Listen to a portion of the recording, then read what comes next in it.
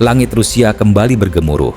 Di bawah bayang-bayang hanggar rahasia di Kazan, bayangan raksasa dengan sayap sapuan variabel perlahan bergerak keluar dari kegelapan. Itulah Tupolev Tu-22M3M, versi terbaru dari pembom strategis legendaris era Perang Dingin. Dunia mungkin mengira monster ini telah lama pensiun, terkubur dalam sejarah perang yang usang. Tapi kini, Rusia menyalakan kembali mesinnya, memperbarui setiap sirkuit, mengganti otaknya dengan sistem avionik digital modern, dan menghidupkan kembali simbol ancaman udara jarak jauh yang dulu membuat Barat gemetar. Modernisasi ini bukan sekadar tambalan usia tua. Ini adalah kebangkitan senjata pemusnah jarak jauh yang mampu membawa rudal hipersonik, menembus perisai pertahanan udara tercanggih, dan menyerang target ribuan kilometer jauhnya tanpa pernah terlihat radar musuh. Pertanyaannya, kini, apakah dunia siap menghadapi kebangkitan pesawat pembom yang bahkan NATO sendiri tidak punya padanannya?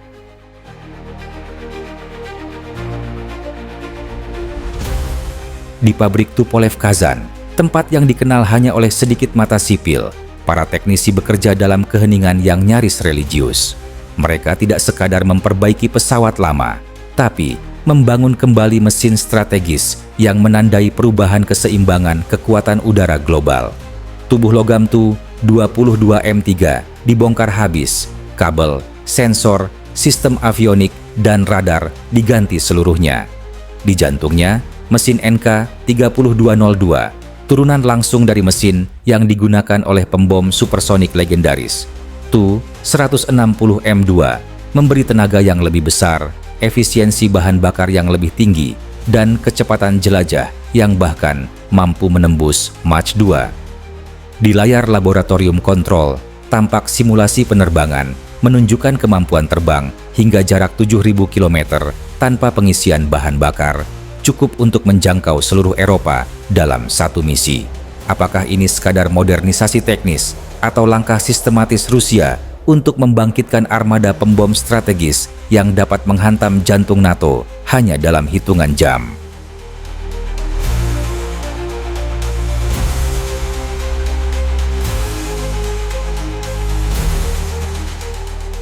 Tidak lagi ada panel analog dengan jarum bergetar dan layar CRT berdebu.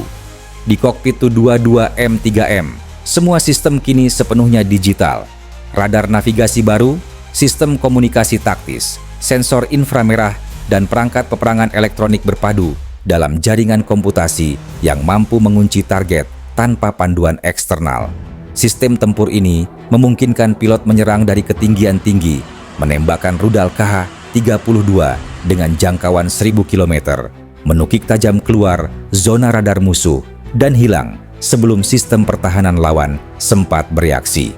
KH-32 sendiri bukan sembarang rudal. Ia meluncur pada kecepatan Mach 4, menukik dari ketinggian 40 km, dan dapat menghantam kapal perang besar, markas udara, bahkan instalasi radar. Dengan integrasi rudal-rudal semacam itu, Tu-22M3M bukan sekadar pembom, ia menjadi alat penghancur multidomain, memadukan kecepatan, presisi, dan daya hancur ekstrem. Dunia Barat mulai bertanya-tanya, jika satu unit Tu-22M3M saja mampu membawa 4 rudal KH-32, berapa lama sebelum Laut Hitam, Baltik, atau bahkan Inggris sendiri berada dalam jangkauan kehancuran?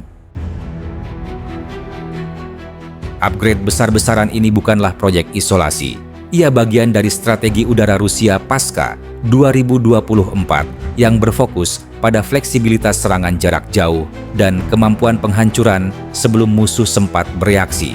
Tu-22M3M dirancang untuk beroperasi berdampingan dengan Tu-95MS dan Tu-160M2, menciptakan segitiga udara maut yang memadukan daya jelajah, daya angkut, dan kecepatan supersonik.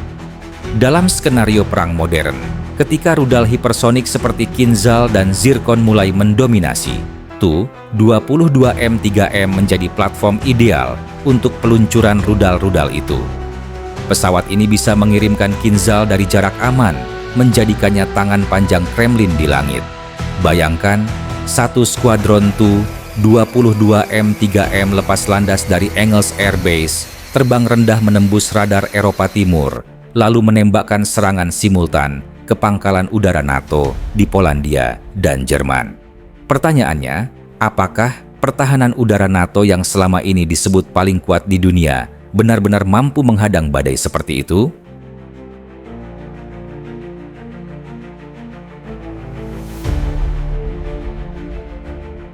Dalam konflik yang masih membara di Ukraina, beberapa laporan intelijen Barat menyebut bahwa Rusia telah menggunakan Tu-22 M3 dalam bentuk modifikasi untuk meluncurkan rudal dan bom berpemandu terhadap target militer dan infrastruktur vital. Jika versi lamanya saja sudah menghancurkan depot bahan bakar dan fasilitas industri di Ukraina bagian tengah, bagaimana dengan versi Tu-22 M3M yang kini bisa membawa senjata presisi jarak jauh dengan daya ledak yang ditingkatkan hingga 1.700 kg? Ukraina mungkin sudah memperkuat sistem pertahanannya dengan Patriot dan Iris-T. Tetapi, bisakah sistem itu melacak target yang datang dari jarak 800 km dengan kecepatan supersonik? Laporan dari medan perang menunjukkan bahwa serangan dari arah Laut Kaspia dan Laut Hitam semakin sering dilakukan menggunakan kombinasi pesawat pembom dan rudal jelajah. Dunia pun mulai menatap dengan ngeri. Apakah Rusia kini tengah menguji monster barunya di langit Ukraina sebelum mengarahkannya ke medan global yang lebih besar?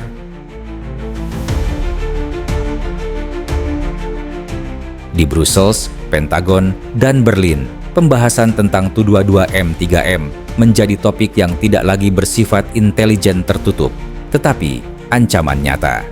Dalam simulasi perang NATO 2025, kehadiran Tu-22 M3M disebut mampu memecahkan keseimbangan udara dalam waktu kurang dari 72 jam, terutama bila digunakan bersamaan dengan serangan rudal hipersonik. Modernisasi ini juga dianggap sebagai jawaban Rusia terhadap kehadiran F-35 dan B-20 satu Raider yang sedang disebar AS di Eropa. Para analis Barat mengakui, jika Rusia berhasil memproduksi lebih dari 30 unit Tu-22 M3M aktif, maka konsep pertahanan udara NATO di timur akan runtuh total. Bayangan hitam pesawat ini di radar menjadi simbol ketakutan baru, bukan hanya karena daya hancurnya, tapi karena pesan politiknya. Rusia tidak lagi menunggu. Rusia siap menyerang balik dengan teknologi yang lahir dari masa lalu, namun dipersenjatai masa depan. Pertanyaan besar pun menggantung di udara. Apakah dunia siap untuk perang udara strategis yang akan mengulang kembali mimpi buruk Perang Dingin? Kini, ketika dunia sibuk membicarakan drone, AI, dan perang siber, Rusia kembali ke akar kekuatannya. Strategi deterensi nuklir berbasis udara. Tu-22 M3M adalah simbol dari doktrin itu, perpaduan antara kekuatan psikologis dan kekuatan fisik. Di setiap landasan udara Rusia yang kini aktif 24 jam, unit-unit pembom strategis ini berdiri dalam siaga tinggi. Tak ada yang tahu kapan mereka akan lepas landas atau kemana rudal mereka diarahkan. Apakah mereka akan digunakan untuk menyeimbangkan ancaman NATO atau sebagai bagian dari strategi ofensif jika Barat melanggar garis merah Rusia? Satu hal pasti, dengan kebangkitan Tu-22 M3M, dunia kembali hidup di bawah bayangan pembom strategis yang siap meluncurkan badai rudal dari langit tanpa peringatan. Pertanyaannya, yang paling menakutkan kini bukan lagi seberapa kuat pesawat ini, melainkan kapan dan di mana monster ini akan digunakan pertama kali.